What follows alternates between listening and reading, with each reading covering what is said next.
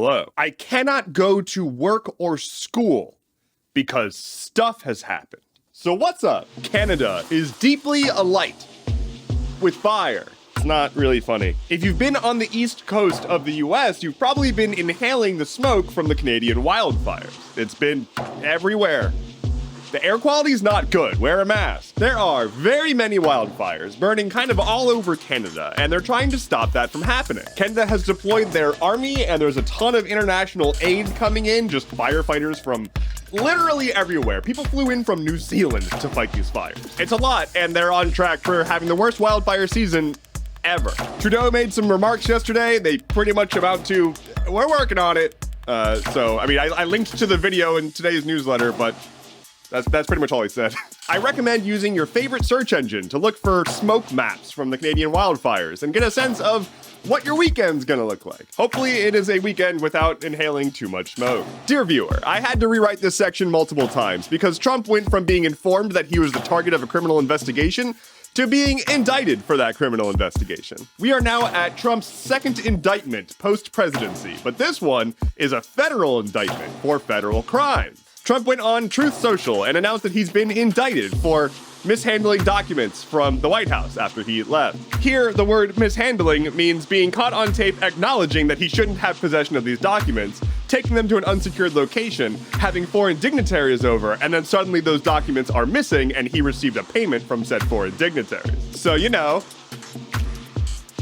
cool. Notably, this will do absolutely nothing to impact his chances of winning the Republican nomination. They truly do not care. That is not something that should surprise you and not something that should spark you to go into a rage. We knew this. They don't care. You know how you don't care about Hunter Biden's laptop? They don't care about Trump's indictments the same way. Now, one of those things is not like the other, but we knew this. Anyway, I want to read you his post from Truth Social, and I promise that I won't make a habit out of doing this, but it's just very good. It's presumably a thread, but I only looked at the first post because I don't care enough. But here we go. Page 1. This is him talking. Page 1.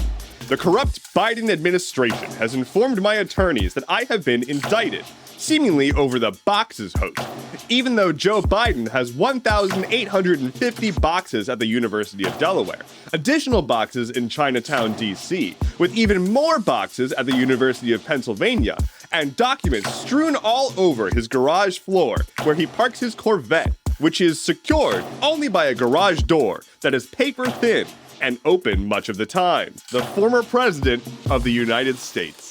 Wouldn't you know it, the Supreme Court did something kind of okay. A case went to the Supreme Court about the district maps of Alabama, saying these are gerrymandered as hell and deeply racist. The map as drawn had 1 out of 7 districts being majority black, while that's not how the actual population statistics work out. Closer to 1 in 4 people in Alabama being black. It became very obvious this was politically motivated. Yes, because for some reason in the United States, politicians get to draw their own electoral maps. This is the situation that we have to bring to our Supreme Court. Anyway, amazingly, Justice Roberts and Kavanaugh crossed over to side with the liberal justices to say, hey, this is not okay. They're like, yeah, we looked at it, and I don't know about this one. So they have declared the map unconstitutional, and it needs to be redrawn. So, yay? And also, why is this what we have to spend time fighting? Anyway, are you blind? Because Reddit doesn't give a shit about you. So I've talked a bit already about how Reddit is doing API pricing changes that is just killing all third-party apps. And as of yesterday, virtually every third-party app for Reddit announced that they'll be shutting down because of the egregious pricing. Reddit, which is notably fueled entirely by user-generated content and moderated by volunteer moderators, has decided that no one gets to use the tools that they want. You have to use Reddit's app. Reddit's app is the worst of the available Reddit apps. And if you've not used a third-party Reddit app and just the normal one, you missed out. I'm sorry, because they're all gone now. So Reddit's app, which is now the only app you'll be able to use given their new policies, is terrible for blind people. It has awful accessibility issues. In most cases, screen readers just flat out break on it. It's just real bad. And so a lot of blind users use third-party Reddit apps. Well, those apps can't really exist anymore. And so when Reddit was made aware of this, they were like, some of those apps can still exist and we won't charge them? Maybe? Because you are an afterthought to them. If they actually gave a shit, they would invest in making their app accessible. But they do not give a shit. Quite literally, what is happening here is they want to IPO, and infinite growth is hard to maintain.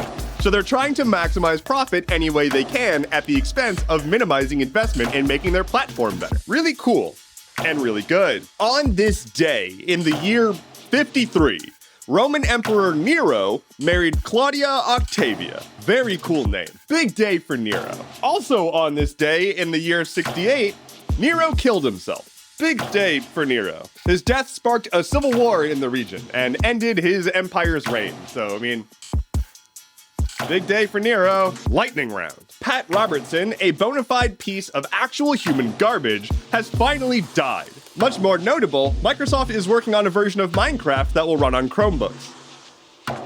Weather. Twitch is in hot water after doing a bunch of bullshit with their terms of service that messes with what content creators on their platform can do. Mike Pence has announced his 2024 presidential campaign. In his announcement, he specifically put himself across from Trump, citing that Trump was a bad boy. A shooting at a high school graduation in Virginia has left 2 dead and several more injured. The Pope is currently in the hospital recovering from surgery. Again, Casa Bonita will be reopening after the South Park creators bought the restaurant and refurbished it. And finally, here's that big wheat news you come to me for. Kansas is looking like they're gonna have a 60-year low for the yield of their wheat harvest this year. That is all I have for you today. Thank you so much for watching. As a reminder, I have a gaming channel, and you can find that up in the corner. It's good, and I'm posting more stuff there soon. My name is Endeavorance. I'll be back on Monday. Take care and be well.